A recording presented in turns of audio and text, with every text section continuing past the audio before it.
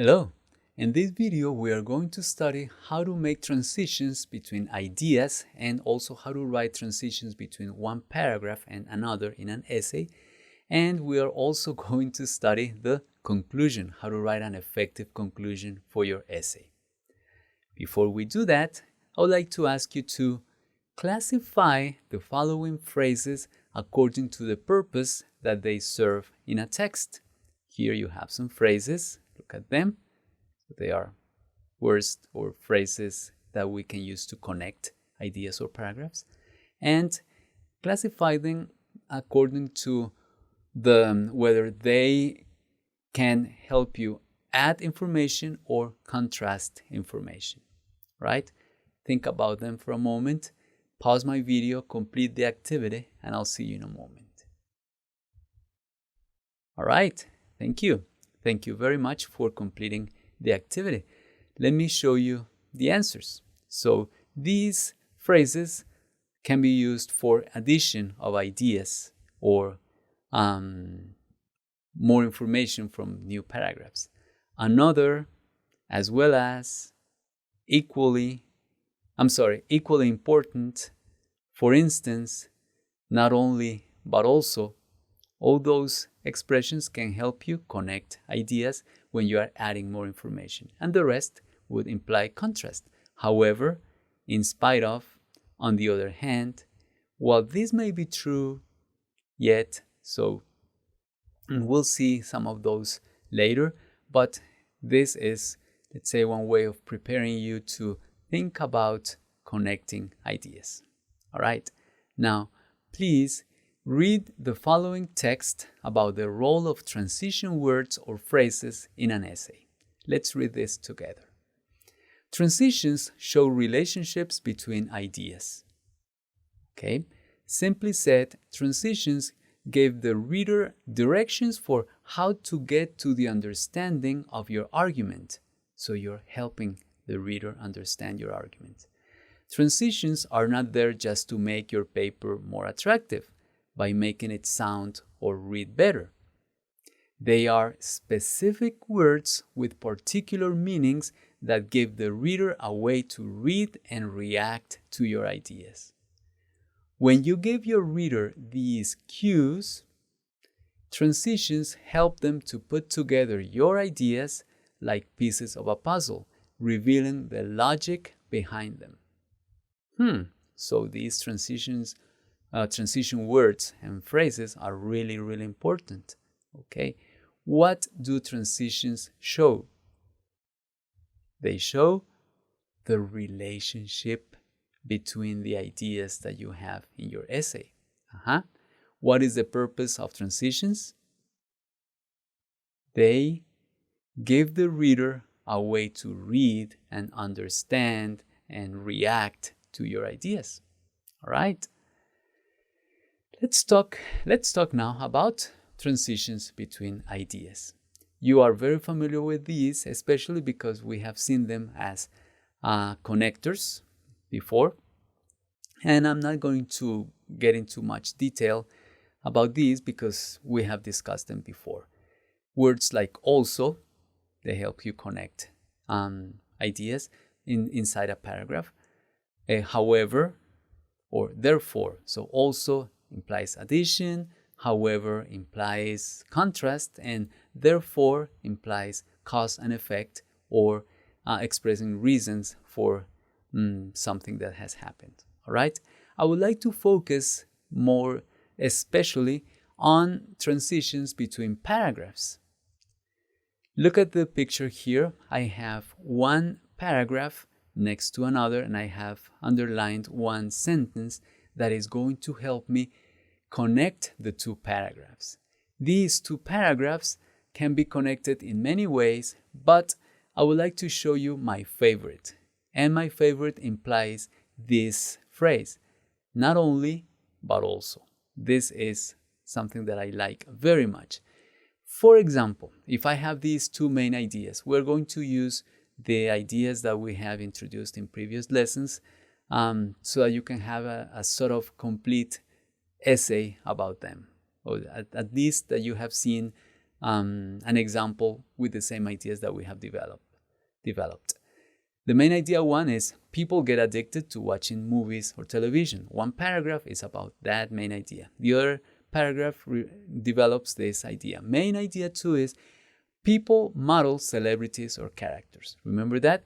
So we're going to see how should we connect paragraph one or body paragraph one with body paragraph two, which is the development of those main ideas. So how do we write the sentence at the end of the first paragraph so that we can connect it to the next? We could say something like this using not only but also. Not only do movies and television create addiction, so we summarized the first paragraph, but they also help create in people a desire to model celebrities. We are introducing the topic of the second body paragraph, right? All right. So when we do that, we don't need to write a topic sentence for the second body paragraph. Remember that I had told you that the topic sentences are the sentences that introduce, like these, that introduce the main idea of the paragraph. So we don't need this second topic sentence because we already introduced it here at the end of the first body paragraph. That's great. That's what I love about this transition phrase. Let me give you another example, another one that you can use, and it's in addition to. We are going to use this topic that you are already familiar with. People are more aware of harmful habits. That would be paragraph one. And healthcare systems are more efficient today. That would be paragraph two. How do we connect the two? We could say something like this at the end of the first paragraph. In addition to an increased awareness of harmful habits by people, the efficiency of healthcare systems is much higher today.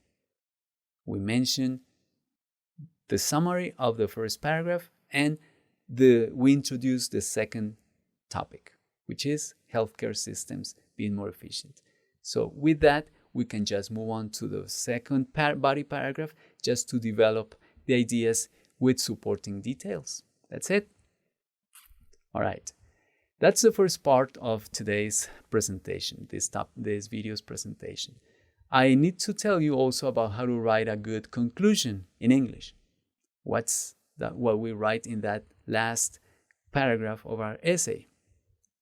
There are many ways of writing a conclusion, but my favorite and the one that I have seen more effective at many levels in English is this. First, you acknowledge different viewpoints. So because you have said that there are two ways why people are living longer, for example, but you can say you first acknowledge that there may be some other opinions. I'll show you an example in a moment.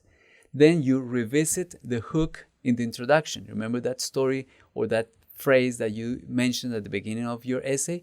You can touch it again here because that will create cohesion, saying that you're writing about some topic, but you mentioned something that was just as an example, as an illustration, but you mention it again. That gives cohesiveness, unity to your essay.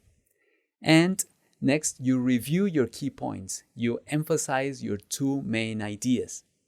And finally, you write something that I call the take-home message. The take-home message would be the final message that you are going to give the reader so that they remember and a practical application of your essay or the implications that this topic has for the benefit of the whole world. That is the idea. So let me give you an example based on this topic about how movies or television influence people's behaviors. Remember that the first idea is that people get addicted and that people model celebrities or characters. All right, this could be and this is the introduction. This is the introduction that we used so that we remember the hook that we used. All right, there it is. Now, this could be a sample conclusion. For many people, movies and television may not seem harmful at all. That means that we acknowledge that there may be some other other opinions about this topic. However, if we don't want to become part of the statistics of people who can become addictive to this type of entertainment or who want to model celebrities' behaviors, we need to do something about it. We revisited the hook. We mentioned again that surprising statistics about people wasting so much time, so many hours and days of their lives just watching television or movies, right? Now we and by the way, we also included the two main ideas: the model celebrity, the addictive behavior, and the model celebrities, the modeling celebrities' behaviors. So we included here the main ideas. All right. Finally, we have a take-home message or a final message. The more information we have about what is beneficial or detrimental to our well-being, the better decisions we can make about what we allow ourselves to be influenced by.